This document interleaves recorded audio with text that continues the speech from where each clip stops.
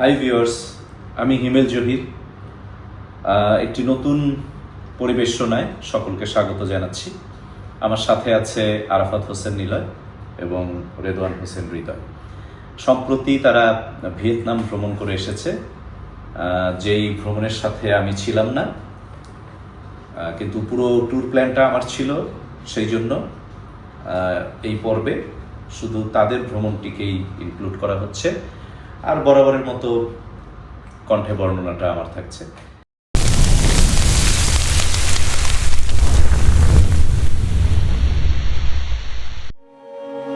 ভিয়েতনামের রাজধানী হ্যানয়।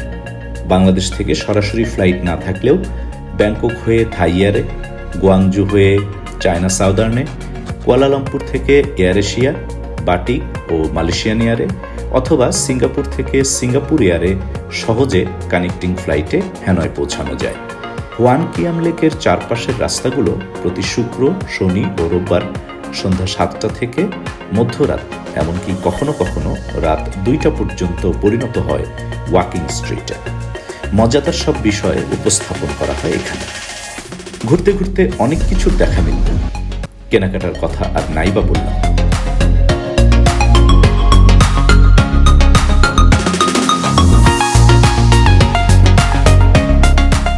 ফিরে যাই রাস্তায়। ভিড় জমেছে কিসের, দেখা যাক।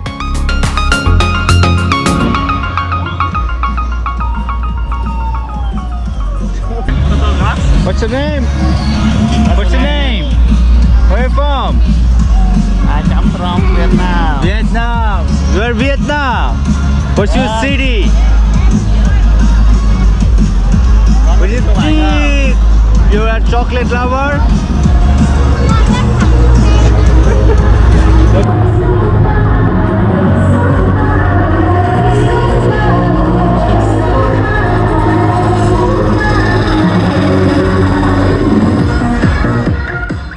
ওপেন স্ট্রিটে এভাবেই নৃত্য করে আনন্দ কুড়ান পর্যটকরা।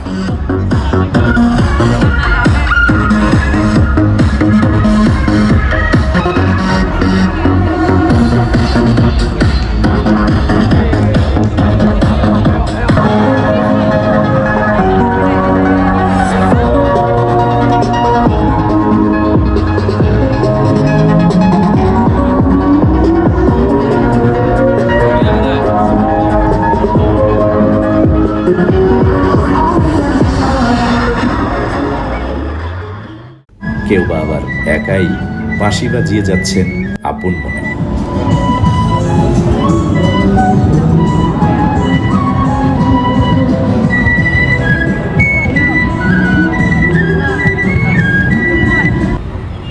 লেকপাড়ের রাস্তা ধরে আরো দূর অগ্রসর হলে সার্কাস জাতীয় কিছুর সন্ধান পেলেও পেতে পারেন। ট্রানট্রিয়েনের পথ ধরে অগ্রসর হলে এমন আরো অনেক কিছু পাওয়া যাবে।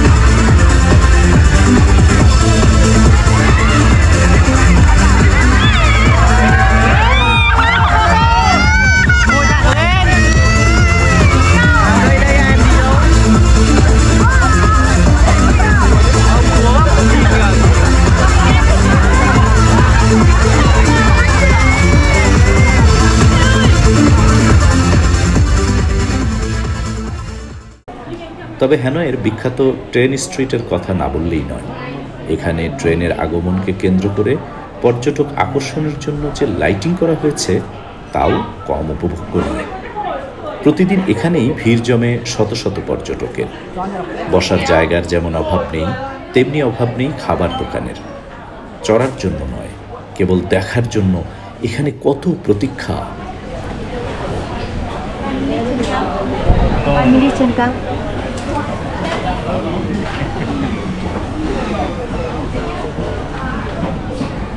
আমরা ওয়েট করতেছি ট্রেন আসার জন্য।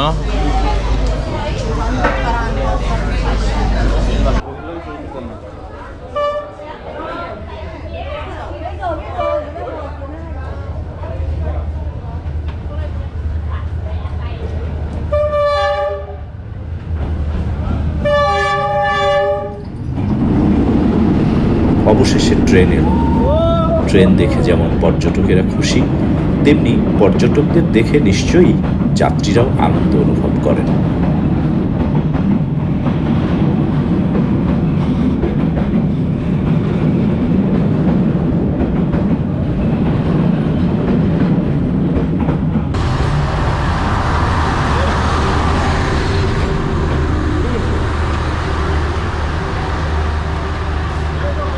এই আলোকমালা ট্রেনের আগমনের জন্য নয়, মানবের ওই দুটি চোখকে মোহিত করার জন্য।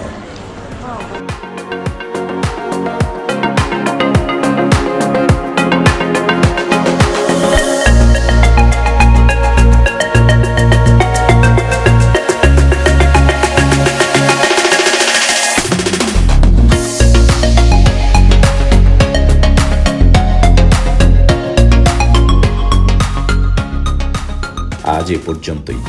এরপর আমাদের তিনজনের দেখা হচ্ছে অন্য কোনো দেশে।